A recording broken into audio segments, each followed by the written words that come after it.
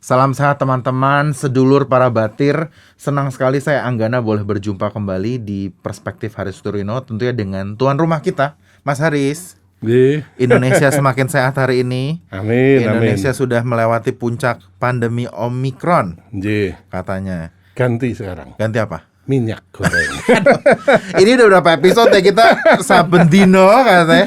Berbulan-bulan Ya. kita ternyata sudah, kalau saya dengar dari datanya kita sudah 4 bulan ya membicarakan minyak goreng ya, Betul. yang tidak kunjung usai. Tapi kita Betul. simpan dulu. Oke. Teman-teman, senang kita boleh berjumpa, tapi kami izin untuk membuka masker untuk kelancaran diskusi kita.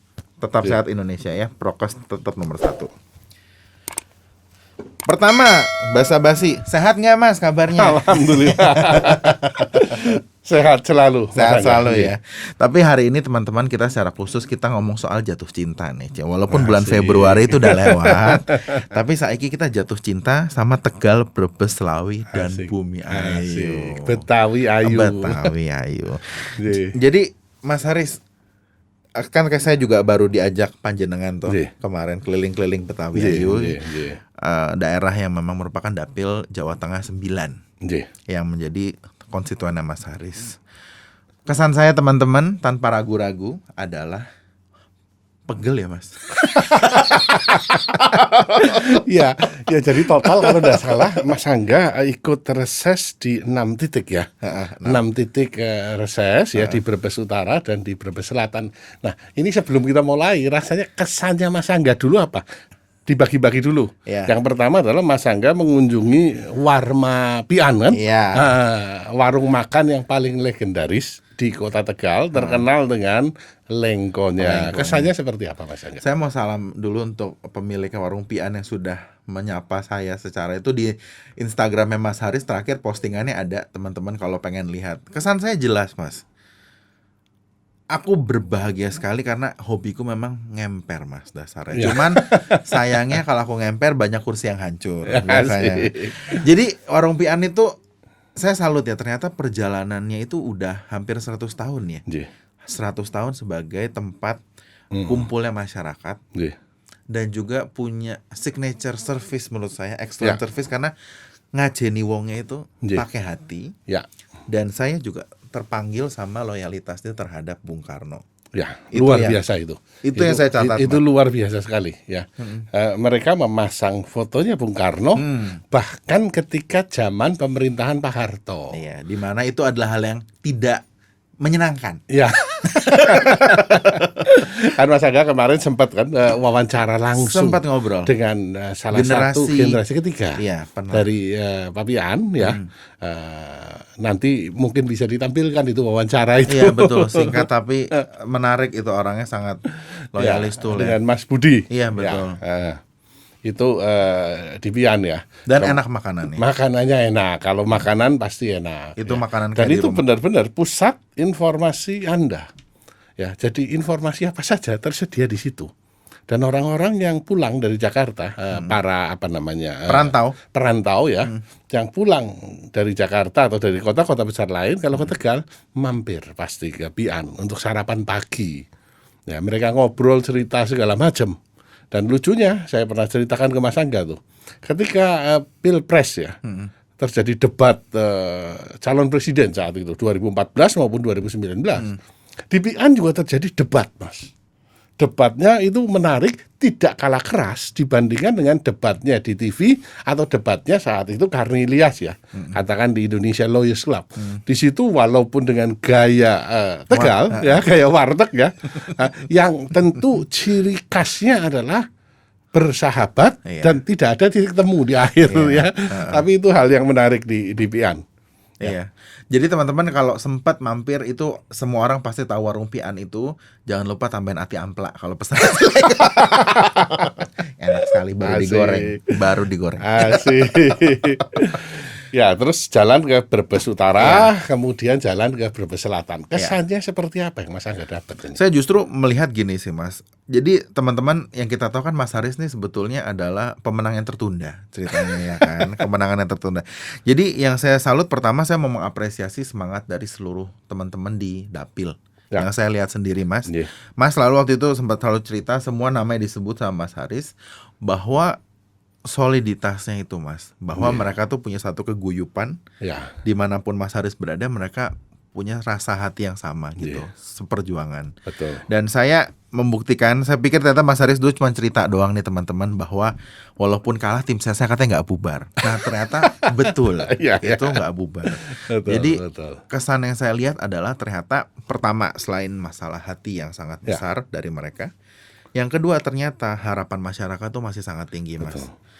Jujur nih teman-teman, kalau saya boleh bercerita pegelnya hati jadi orang DPR, saya walaupun bukan anggota DPR, tapi saya ngerasa keluhnya hati karena setiap ke daerah ternyata disampaikan jujur ya Mas, selain Ya. masalah mengapresiasi senang ketemu Mas Betul. Haris, ternyata banyak unek-unek yang sebetulnya nggak keluar dari masyarakat sehingga Betul. mereka menyampaikannya ke anggota DPR. Ya. Nah itu memang menarik Mas Angga. Seperti yang waktu Mas Angga hadir ya di Brebes Selatan saat itu di Desa Taraban ya. Itu ada seorang senior partai yang sudah dari sejak tahun 73, 10 Januari 73 mendukung PDI Perjuangan. Tetapi dia belum pernah ketemu dengan anggota dewannya. Nah itu, Padahal sudah bertahun-tahun, berarti 49 tahun mendukung PDI Perjuangan, belum pernah ketemu. Bahkan Bu Lurahnya cerita bahwa belum ada anggota DPRD tingkat 2 yang nyambangi ke daerah tersebut. Ini kan aneh, ya kan? Padahal reses itu ya sebenarnya kan kewajiban konstitusional ya sebagai anggota dewan. Nah ini menarik ini Mas Angga, fenomena-fenomena ini menarik karena mereka senang kalau disambangi, ya. Apalagi kalau kita duduk guyup ya. ya betul. Itu kan waktu itu kita duduk Ngedeprok ya. ngedeprok ya Ngedeprok, di lantai gitu Betul, ya, betul. ngomong santai, kemudian foto bersama. Yang tidak ada habisnya. Iya, nah itu jumlahnya sudah dibatasi Mas Angga. Karena tentu kita harus Tetap prokes waspada ya. Prokes. Kalau jumlahnya tidak dibatasi itu ratusan Mas Angga. Pasti. Ya. Nah, mereka memang ada kerinduan ya untuk menyampaikan sesuatu yang sebenarnya tidak semuanya bisa saya selesaikan. Kan contoh yang disampaikan adalah jalan kabupaten Betul. yang rusak. Provinsi misalnya. Jalan provinsi yang rusak. Itu kan saya tidak bisa apa-apa sebagai anggota DPR RI Komisi 6. Ya, aspirasi yang saya bisa turunkan dari Jakarta hanya berupa CSR dari BUMN. Ya. Tentu ini kewenangan dari APBD baik di tingkat 1 maupun tingkat 2. Di kepala daerah ya. Di kepala daerah. Sehingga yang saya lakukan untuk hal-hal seperti ini adalah saya menyampaikan kepada kepala daerahnya. Dan untuk bisa menyampaikan saja itu mereka senang sekali. Ya. Karena mereka sendiri kan akan kesulitan kalau mereka harus menyampaikan sendiri. Betul. Kira-kira seperti itu Mas Angga. Ya, jadi teman-teman dan sekaligus mungkin teman-teman di Dapil juga yang mungkin kemarin mungkin merasa nggak puas dengan jawaban Mas Haris, sebetulnya memang ada hambatan ini ya, hambatan kewenangan ya Mas ya. Jadi memang udah jelas ya kewenangan legislatif itu apa, eksekutif apa, yudikatif itu apa. Jadi memang kita mesti melihat semua itu secara kepala dingin ya Mas ya. Tapi aspirasi pasti disampaikan ya Mas. Oh ya, kita pasti sampaikan kita sampaikan karena ya itulah fungsi daripada anggota dewan, yaitu sebagai jembatan ya. Jembatan untuk menyampaikan kepada pihak eksekutif. Betul. Nah, ini tapi jadi menarik Mas Angga. Mas Angga kan melihat ya kondisi faktual di lapangan. Betul. Ya, beberapa menyatakan bahwa politik ini sangat pragmatis. Betul. Yang menentukan kemenangan adalah serangan fajar. Itu kan masih dengar kan? Setiap proses aku itu dia. hatiku keluh sebagai orang kota ya, yang katanya percaya sistem politik, ternyata serangan fajar tuh masih menjadi satu kunci utama Ya di itu dalam dinyatakan oleh publik konstituen kan, iya. publik ya. Iya. Nah, jadi Mas Haris jangan lupa itu nanti katanya. Walaupun berkunjung ke sini. Nah, ini menjadi hal yang dilematis ya bagi anggota DPR RI. Tapi kan Mas jelas sebetulnya menolak kan dasarnya Mas. Iya, karena kalau hanya serangan fajar hanya duit 25.000, menentukan atau nasib 50.000, kemudian menentukan nasib sehingga jalanannya bolong-bolong. Selama berbelasan tahun. Ya, paling tidak selama 5 tahun itu. 5 tahun itu. Ini kan sangat miris ya, kasihan kan rakyat-rakyat kecil. Tapi itu menjadi satu kondisi yang menurut saya sangat dilematis.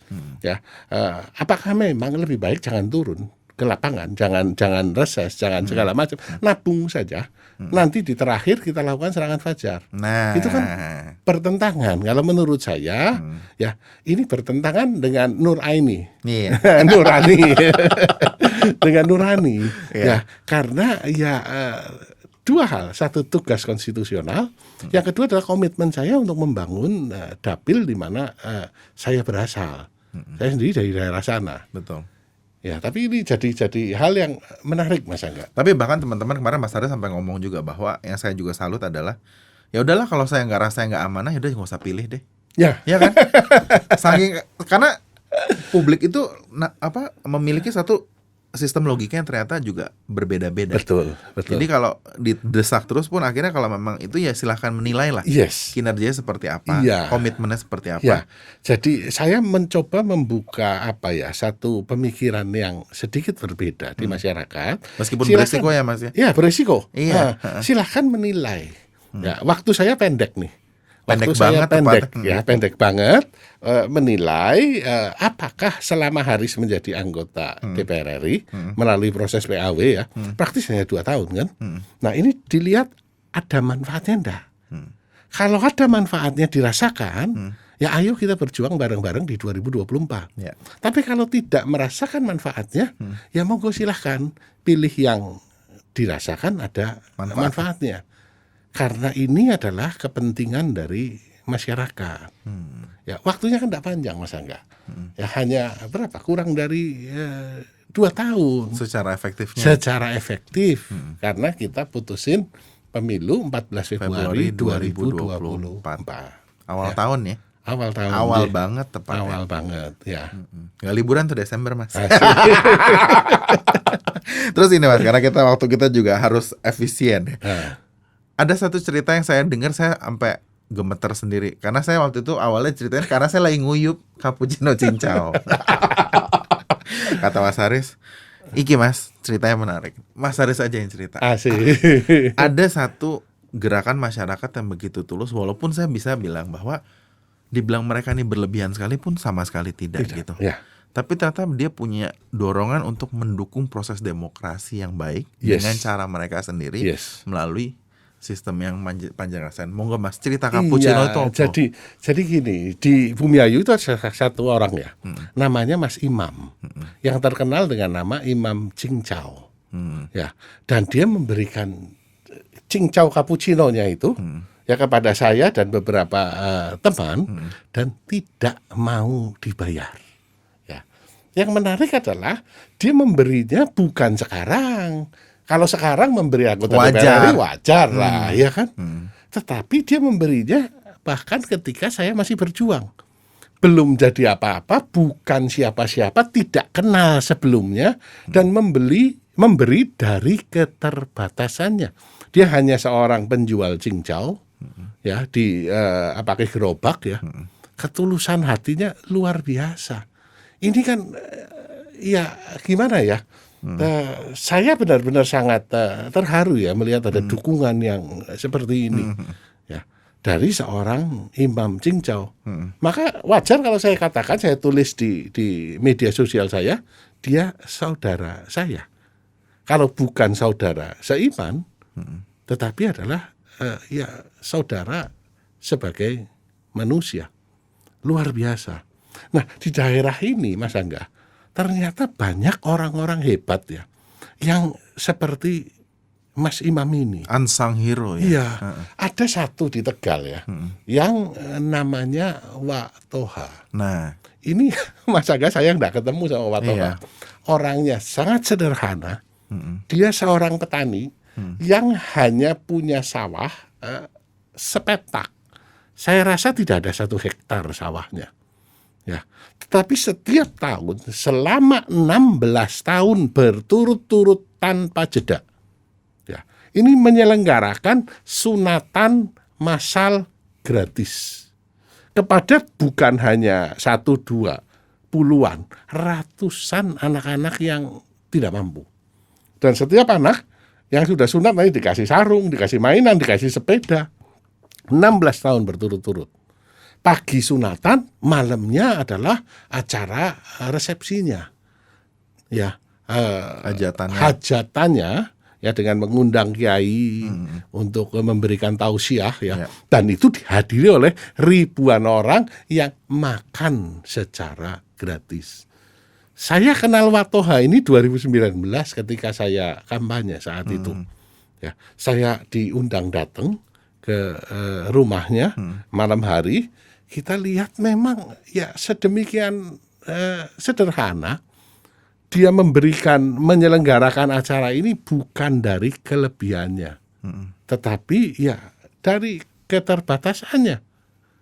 Nah, inilah hebatnya orang-orang seperti ini. Couplingnya jembar di surga. Ya. Nah, saya mendukung Watoha. Kalau ini semata-mata bukan urusan elektoral, tapi orang seperti ini luar biasa. Saya tidak tahu Watoha milih siapa. Tetapi sekarang beliau kalau ke Selawi pasti nongkrong di rumah aspirasi, ngopi, ngobrol. Kemarin saya sempat wawancara Watoha tentang ini. Kok ada orang seperti ini? Dan bukan di kota, Mas Angga. Rumahnya di desa, masuk ke jalan di daerah Kedung Banteng. Ini kan menarik ya. Dan saya boleh tegas mengatakan ini juga jadi cambuk ya, Mas ya. Karena kan Mas langsung dibandingkan sebetulnya dengan para pahlawan-pahlawan yang memang mereka langsung tanpa teriak-teriak itu mereka berkarya dengan cara mereka. Itulah. Itu tamparan dan peringatannya itu ya untuk tetap amanah ya, Mas. Ya, dan saya sengaja ini saya tampilkan ya supaya saya juga bisa belajar dari orang-orang hebat seperti ini. Diingatkan dan ya belajar dari mereka. Ya. Urusannya adalah couplingnya menurut saya tadi saya katakan jembar itu di surga. Itu Mas Angga. saya ini terhenyak sendiri sih karena memang itu akan jadi satu pembelajaran hidup menurut saya dan juga untuk bensin semangatnya Mas Haris untuk juga melihat bahwa perjuangan masyarakat itu yang hatinya mulia itu masih banyak. Indonesia tuh tidak segelap yang kita selalu ceritakan bahwa Indonesia darurat apa. Kegotong royongannya dan keguyupannya itu masih bisa jadi semangat yang menyelamatkan kita. Aduh, jadi agak gitu. Terus kemudian Mas, ini yang juga seru. Saya ternyata ngelihat satu fenomena yang saya diajarin Mas Haris ketika reses kemarin adalah betapa pentingnya Ini baru ide aja karena Mas sudah tahu nih ceritanya adalah soal lurah dan kepala desa. Jadi ternyata dalam struktur pimpinan eksekutif kita yang selama ini ngomongin gubernur, bupati, wali kota, ternyata ada satu kelompok bukan konstituen tapi satu kelompok pengayom masyarakat yang sebetulnya punya peran yang sangat sentral dalam sistem demokrasi kita. Lurah kepala desa. Dimensinya apa Mas? Tuh buat biar teman-teman semua yang nonton ini. Kalau di Jakarta ya kita memang lurah itu bukan siapa-siapa karena ditunjuk ya dan kita enggak perlulah kenal lurah. Iya kan? Nah, tetapi di daerah lurah ini memegang kepala desa ya. Memegang peranan yang sangat penting. Karena dia boleh dikatakan quote unquote adalah raja di daerahnya yang dipilih melalui proses pemilihan umum secara langsung yang demokratis. Sampai ilustrasinya Mas Angga, saya ngomong di atasnya lurah cuma ada rambut dan Gusti Allah. Itu lurah. Nah, kepala desa ya. Nah, yang menarik adalah mereka punya masa. Waktu pemilihan kepala desa, mereka punya tim ses. Ya. Dan tentu walaupun mereka dilarang untuk berpolitik praktis sesuai dengan undang-undang desa, tetapi ya sebagai manusia, sebagai insan politik mereka boleh untuk memilih dan pilihan punya pilihan sendiri. Mereka punya pengaruh di masyarakat. Ini saya pelajarin Mas Angga ya. 2019 ketika saya maju, kalau sistemnya hanya transaksional dengan lurah, udah percuma, lupakan aja. Tidak bakalan terjadi. Suaranya tidak netes. Itu pengalaman menyakitkan. Tetapi di daerah yang saya lakukan pendekatan personal, itu suaranya luar biasa Mas Angga. Karena mereka merasa diwongke Ya. Mereka merasa bahwa oh ya, ini ada anggota dewan ya yang datang mau membantu dengan membawa aspirasi dari pusat untuk daerahnya, untuk desanya. Ya, kepala desa ini akan berjuang mati-matian. Karena mereka sebetulnya 24/7 ada di Ya. bersama masyarakat itu Ya. ya Mas ya. Saya sampai janji dengan beberapa kepala desa, ya kita akan keliling malam karena kepala desa ini setiap malam mulai dari jam 8:30 itu keliling ke warga. 8:30 malam Mas. 8:30 malam kata dia biasanya sampai jam 2. Gusti Allah. Nah, mereka mampir di satu pos, Kumpul. pindah ke pos yang lain, pindah ke pos yang lain, hanya di dalam desanya. Ya, ini satu fenomena yang menarik, yang menurut saya dampak elektoralnya cukup besar. Ya, di samping juga lebih kenal dengan lurahnya, lebih kenal dengan warganya. Tetapi juga dalam kaitan seperti ini harus disadari waktu. Ya, komitmen Betul, waktunya betul. harus luar biasa. Berarti Mas akan cicil-cicil ya Mas ya. Iya. Karena kan nggak susah ya. Karena jumlahnya banyak sekali ya Mas. Betul. Di Kabupaten Tegal ada 281, di Kabupaten Brebes ada 279, di Kota Tegal ada sekian hampir 600 secara keseluruhan. Nah, kan tidak mungkin keseluruhan, Mas. Luar biasa. Tetapi di daerah basis PDI Perjuangan ini akan saya coba sentuh. Ya, kalau saya tidak bisa sendiri, maka ya tim Ya. untuk turun ke sana, ya karena peranannya sangat penting. Ya. Terus Mas akhirnya setelah dua kali reses ini kan, saya sebenarnya saya ingat banget ditegur mulu. Kapan ikut? Gitu ya. Akhirnya ikut. Udah ya teman-teman, udah sesuai janji ya. Akhirnya apa nih Mas yang jadi prioritas Mas? Akhirnya setelah ngeliat 2 kali, akhirnya sudah ini. Dan saya melihat ternyata setiap kali berangkat tuh PR-nya banyak. Ya. Aspirasinya banyak sekali. Yes. Yang harus disampaikan. Jadi sekarang secara umum Mas, tanpa bermaksud untuk ini, jadi nggak ada maksud ya untuk memberikan bahwa ini tidak penting atau nggak penting, tapi secara strategisnya apa yang menjadi pola yang Mas akan jadikan prioritas ya Mas? Ya, saya bagi ya menjadi 3, Mas Aga. Yang pertama adalah pada skala nasional ya. Tentu sebagai anggota DPR RI saya juga harus bicara pada skala nasional. Yaitu kita tahu masalah kelangkaan dan kenaikan komoditas ya, minyak, kemudian kedelai dan lain-lain. Ini harus segera ditangani. Anggota Komisi 6 sudah sepakat untuk mengundang ya Menteri Perdagangan, Menteri Pertanian, Menteri ESDM dan Menteri Industri Perindustrian ya dalam rapat gabungan sesaat setelah pembukaan masa reses. Ya, ini kudu ditata menjelang Hari puasa. Raya, Ya. ini bentar lagi loh. Ini bahaya kalau ini dibiarkan, keresahan masyarakat ini tidak benar. Kalau memang ada masalah, monggo masalahnya ditaruh di meja dan kita cari simpulnya ada di mana. Karena sekarang pengusaha CPO juga teriak. Saya sudah ekspor, saya sudah memenuhi domestik, saya tidak dapat izin ekspor. Pengusaha minyak goreng juga teriak bahwa saya tidak dapat bahan baku. Betul. Ya kan? Itu yang jadi masalah juga. Distributor juga teriak bahwa saya nggak pegang barang. ya nggak pegang barang. Nah, tentu retail juga masalah, pasokannya sangat terbatas. Nah, masalahnya di wong cuman kasusnya minyak goreng kita cuman perlu 10% dari total CPO yang dihasilkan. Jadi kita nggak boleh mati di lumbung sendiri ya Mas. Ya, kasarnya. ini kudu dicari akar permasalahannya, diselesaikan. Ini pada tataran nasional. Ya, pada tataran dapil, ya kita juga harus memetakan tadi mana yang bisa saya selesaikan, ya lewat kewenangan saya, ya misalkan melalui hubungan dengan pemerintah daerah, kita sampaikan kepada pemerintah daerah baik tingkat 2 maupun provinsi. Ya, mana ya aspirasi-aspirasi yang pada skala prioritas bisa saya penuhi dengan CSR. Itu kita bikin skalanya supaya memang ada manfaatnya untuk masyarakat. Itu kira-kira yang akan saya lakukan, Mas. Dan saya mengutip dikit kata-kata Mas Haris.